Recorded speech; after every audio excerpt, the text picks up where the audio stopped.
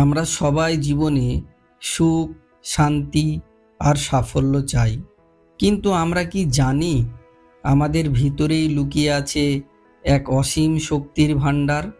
আজ আপনাদের এমন এক বৈজ্ঞানিক পথের কথা বলবো যা আপনার জীবনকে বদলে দিতে পারে। আসলে প্রার্থনা মানে শুধু কিছু শব্দ উচ্চারণ করা নয়, এটা হলো মনের চেতন এবং অবচেতন স্তরের মধ্যে একটি গভীর আলাপচারিতা। আপনার অবচেতন মনকে যদি আপনি সঠিক বিশ্বাস আর পজিটিভ চিন্তা দিয়ে প্রভাবিত করতে পারেন, তবে জীবনের কঠিন সমস্যাগুলোও সহজ হতে শুরু করবে।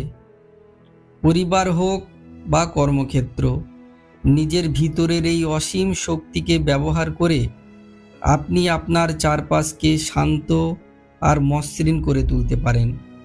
মনে রাখবেন, আপনার ভিতরের জ্ঞান আর প্রেরণাই হলো আপনার আসল সম্পদ। তাই আজ থেকেই নিজের অবচেতন মনের ওপর বিশ্বাস রাখুন। এই অদ্ভুত শক্তি কিভাবে কাজ করে তা বুঝতে শিখুন। আমি বিশ্বাস করি এই পজিটিভ চিন্তার পথ আপনার জীবনের মোড় ঘুরিয়ে দেবে। নিজের ওপর বিশ্বাস রাখুন, জয় আপনার হবেই হবে।